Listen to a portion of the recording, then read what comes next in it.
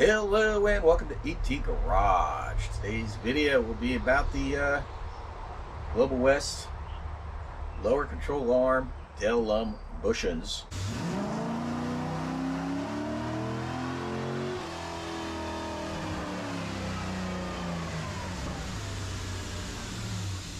Okay, like I was saying, today's video is going to be about these lower control arm bushings. These are from Globil West, called Del-A-Lum Bushings. Basically a spherical type of Delron bushing, and they say they're good for 100,000 miles. If you haven't seen it, I will leave a link up here somewhere, some other videos, to the upper control arm bushings that I did.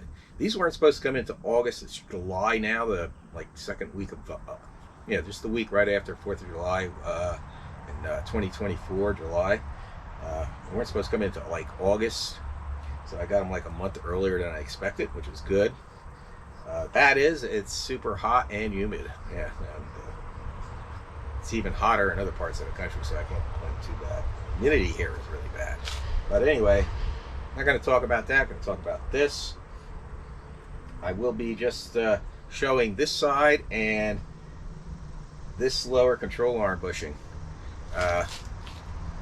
Basically, it's going to be more about pressing these in, and then what you'll have to do, you do have to drill the lower control arm for grease fittings.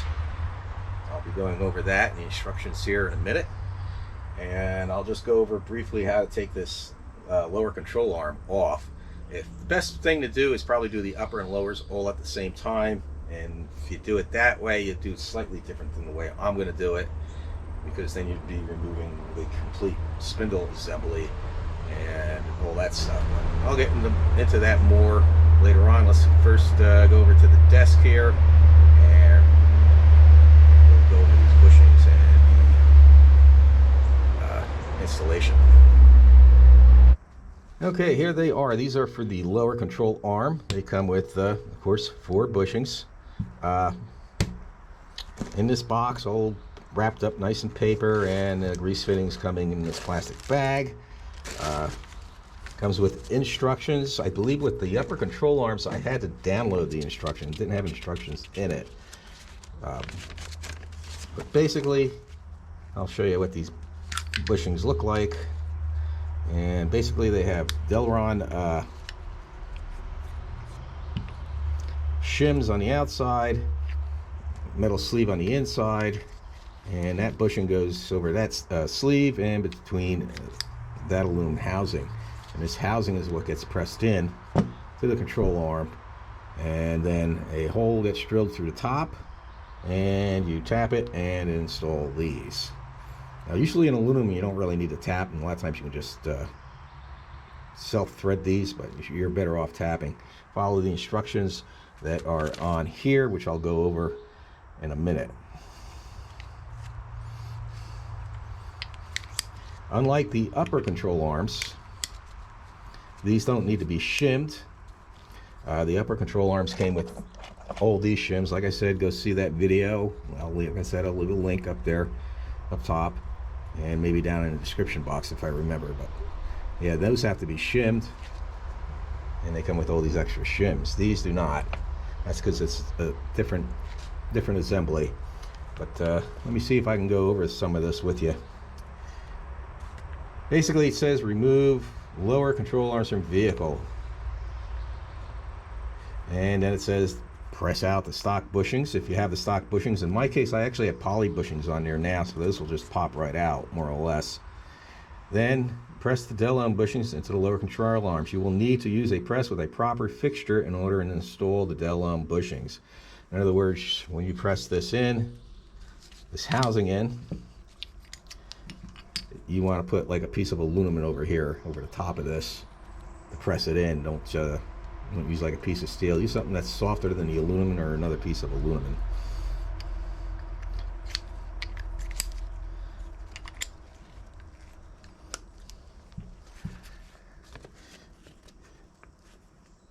Okay, let's see. The 4 large diameter bushings fit the lower control arms. You will note that they have a hole in the side to accept a grease fitting.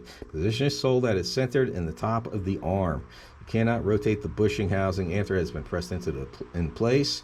Press the bushing until it is flush with the control arm.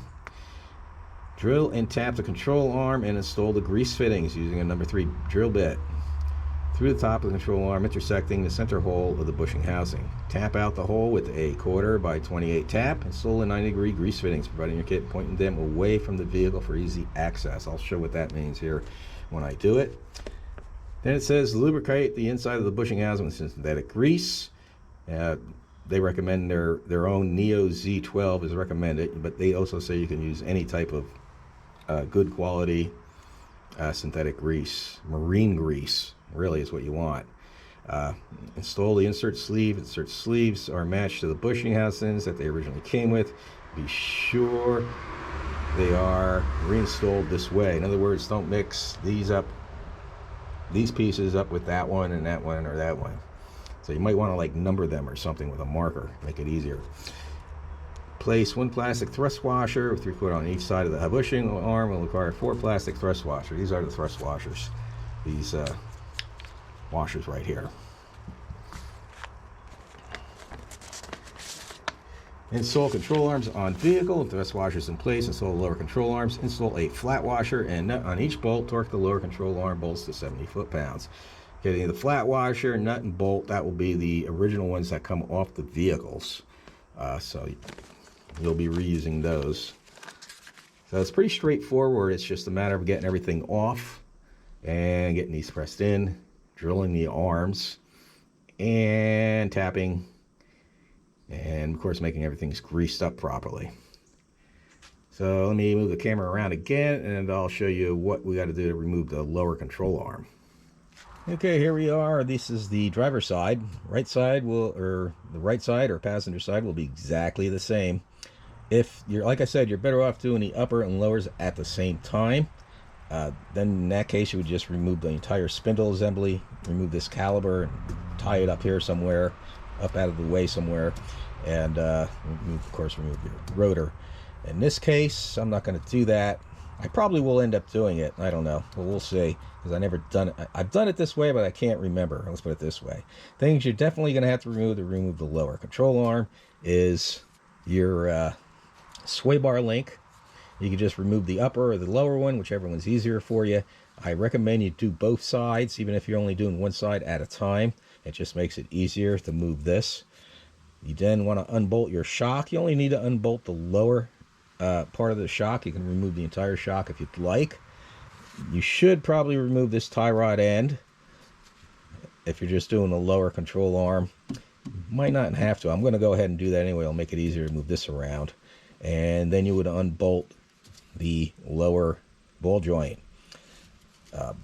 Removing like the tie rod end and the ball joint, I like to use a puller, and then I just put it over the bolt with the nut on it, and they usually pop right out. You can use one of those forks that are used for separating the ball joints and the tie rod if you have one. Some people like to just hammer on the side. I don't like hammering on the side of these. These are aluminum, so I don't like doing that. I prefer to use the puller or whatever other method that will not damage the aluminum. If you notice here, I got this strap. This goes from this control arm to the other side. If you're undoing both the upper and lower, you don't need a strap. I just have that on there, keep everything from dropping down when I remove the arm. Just keep everything a little more stable. So that pretty much covers everything I have to do. I'm going to go ahead and start getting this working on this and getting everything off, and then I'll show you the control arm, the bushings, press them in the bushing, or put them over on the press and press the bushings in and drill the holes and all that good stuff.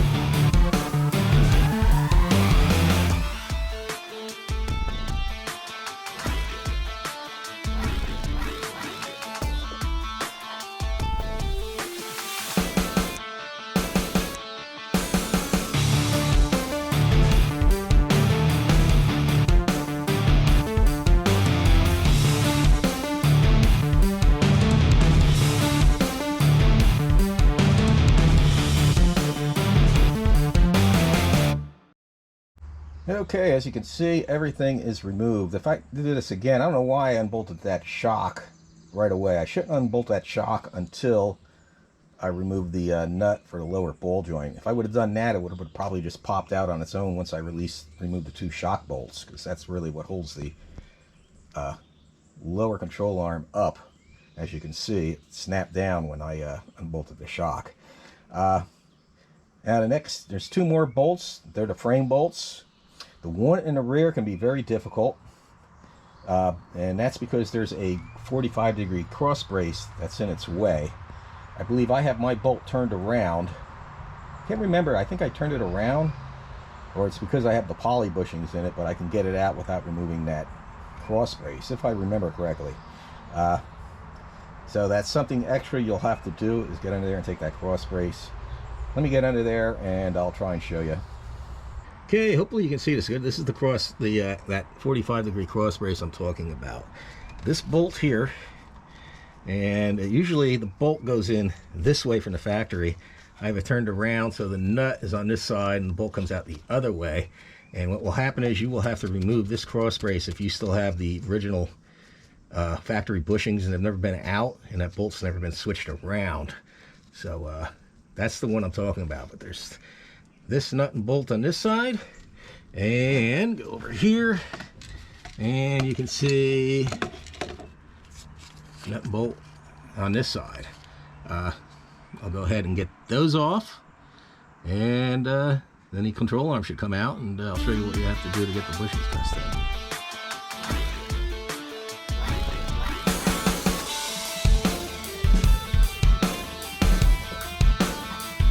Okay, the control arm is off. Of course, now's a really good time to give it a good cleaning. Do anything else you're going to do, like the sway bar bushings, shocks, ball joints. If you're going to do that, now's the time to do it. These ball joints are still in excellent shape. These are moved ball joints. I put them on some time ago. These poly bushings are still in excellent shape, even though they have like 75,000 miles on them. But they're going to come out and get replaced with those bushings. And to do that, I got to press these out. I could hammer the sleeve out and then pry these out, because these poly bushings are 2 separate sleeves. I've got the hydraulic press. I'll probably press those pins out and then just pop these out with screwdrivers. If you have the factory bushings in there, they need to be pressed out, or you can drill all around that metal sleeve on the inside and then hammer them out that way. That's a pain in the butt. It's a lot better if you have the press. You're going to need a press to press these in. You probably could do these without a press by using 2 big steel washers and a really big bolt and nut, and then just drive it home with an impact. I'm not sure how well that would work. I'd much rather use the press since I have one. So I need to clean that area up and get over there and do that. Alright, this is what I came up with. I'm going to got the 2 plates there, this big socket, that there. I just want to press out that center. If this was the factory bushings, I would do it differently. I would need a different size bushing and all that to press this all out. And it's actually coming out so easy, I don't even use the bar, so that's good. Yep. Let's see. Might just press out now. Yep, there it goes. It's pressing out on its own. Okay, that was easy. Of course, if these are the factory bushings, it's going to be a lot more difficult.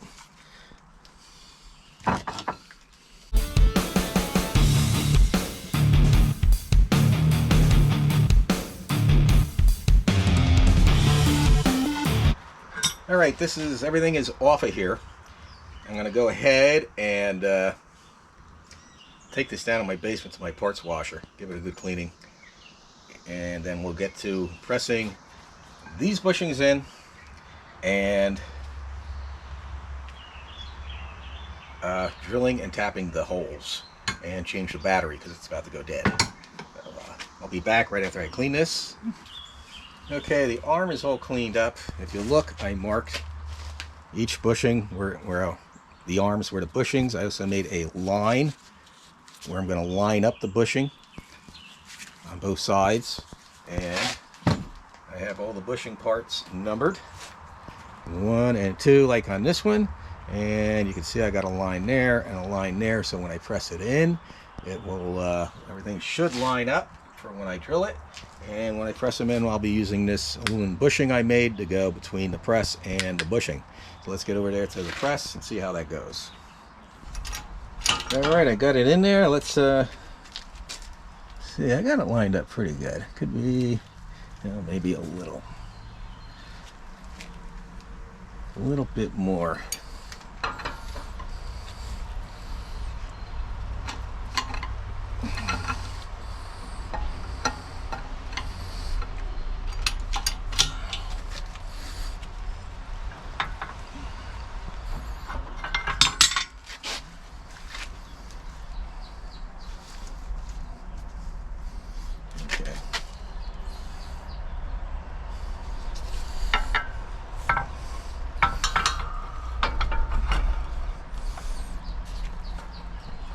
Alright, here we go. I didn't get it lined up quite perfect, but I already got it pressed in a little bit. But it's close enough that it'll be alright. And it's going in pretty good.